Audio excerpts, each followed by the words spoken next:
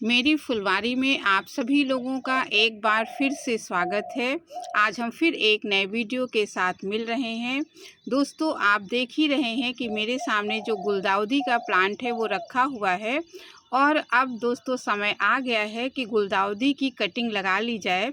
बरसात में इसकी कटिंग बहुत अच्छे से लगती है और अब कटिंग लगाने का समय बिल्कुल सही आ गया है।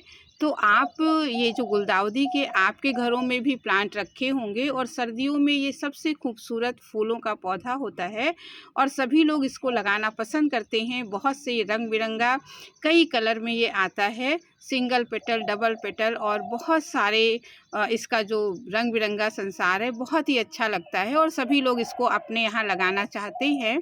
तो अगर आप सर्दियों में इसके फूल पाना चाहते हैं तो इसकी तैयारी आपको अभी से करनी होगी।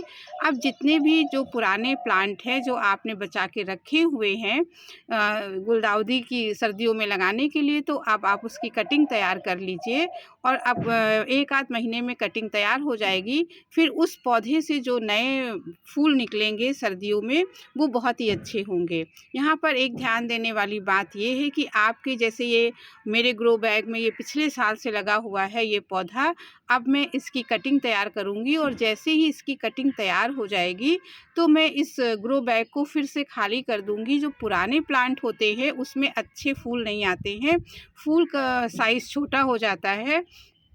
तो और जो फूल हैं वो जो नया आप कटिंग से पौधा लगाएंगे उसमें ही बहुत ही अच्छे फूल आएंगे। तो आप कटिंग तैयार करने के बाद आप जो पुराने जो मदर प्लांट है उनको हटा दीजिए और इन्हीं कटिंग को तैयार कर लीजिए। अगले साल आपको नए कटिंग से नए मदर प्लांट रखने के लिए मिल जाएंगे। तो इसको लगाने के लिए आप इसमें ज़्यादा ज़रूरत नहीं है, आप बिल्कुल 2-3 इंच थोड़ी सी केवल आप इसमें से इस तरीके से स्टेम आप तोड़ लीजिए। इतनी छोटी स्टेम भी इसमें बहुत अच्छे से चल जाती है। इसकी और 1-2 आपको दिखाते हैं, इस तरीके से आप निकाल लीजिए। तो इतनी छोटी-छोटी स्टेम आप इसको निकाल के रखिए और निकालने के बाद इसकी जो नीचे की जो पत्तियां हैं वो पत्तियां आप हटा दीजिए। ऊपर की 2 से 3 पत्तियां केवल आप रखिए। उसके बाद आप इसको मिट्टी में लगाएंगे तो बहुत ही अच्छे से ये चल जाएगा। आपको मैं दिखाती हूँ, इस तरीके से आप इसको साफ़ कर लीजिए।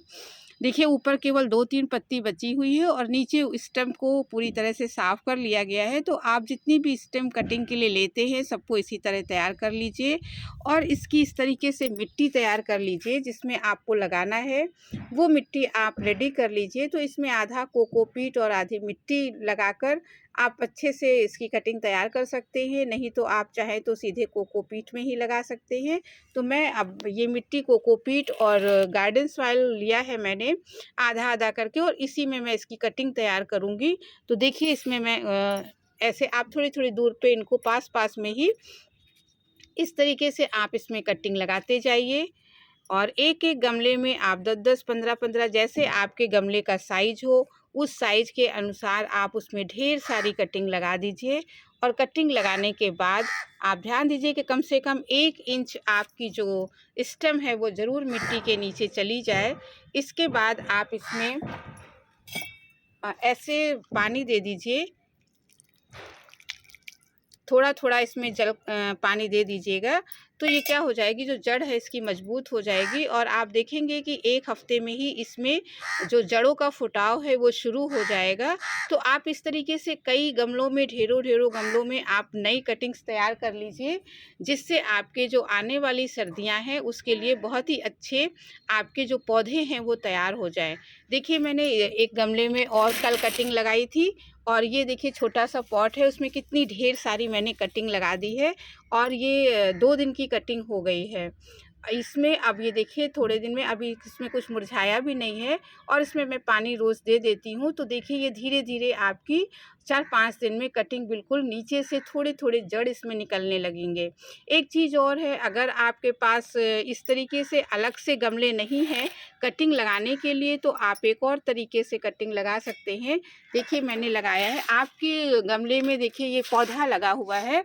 आप देखते होंगे कि गमले में पौधा लगाने के बाद भी चारों ओर जो मिट्टी है वो खाली बच जाती है। तो मैं इस तरीके से इस्तेमाल कर लेती हूँ। आप भी चाहें तो कटिंग के लिए अलग से गमला लगाने की ज़रूरत ज़रूरत नहीं है।